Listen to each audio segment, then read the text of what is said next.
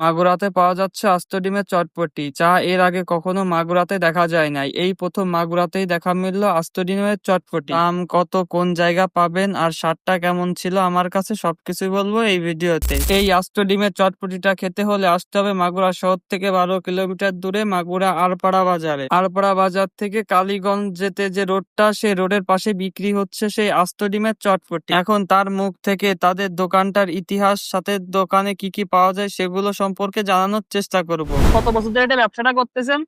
এটা 30 বছর ব্যবসা ভাই, দাদার আমলে। ও, এটা কি দাদার আমল থেকে আসতেছে? হ্যাঁ, দাদার আমল থেকে। ও আচ্ছা, তাহলে আপনি কত বছর করতেছেন, না আপনার কত বছর চলতেছে? আমার 5 বছর আছে। আপনার 5 বছর। এটাকে বাপ-দাদারা করছে? হ্যাঁ, বাপ্পা দাদা। এটা কি প্রতিদিনই পাওয়া যায় আলিমটা? সরি, না ভাই, চটপটিটা? চট করে। হ্যাঁ ভাই, প্রতিদিন। আহ, প্রতিদিনই পাওয়া যায়? হ্যাঁ। কয়টা থেকে কয়টা পর্যন্ত? তো এটা তো 2টার দিক খোলা হয়, আর রাত 8টা 9টা পর্যন্ত পাওয়া যায়।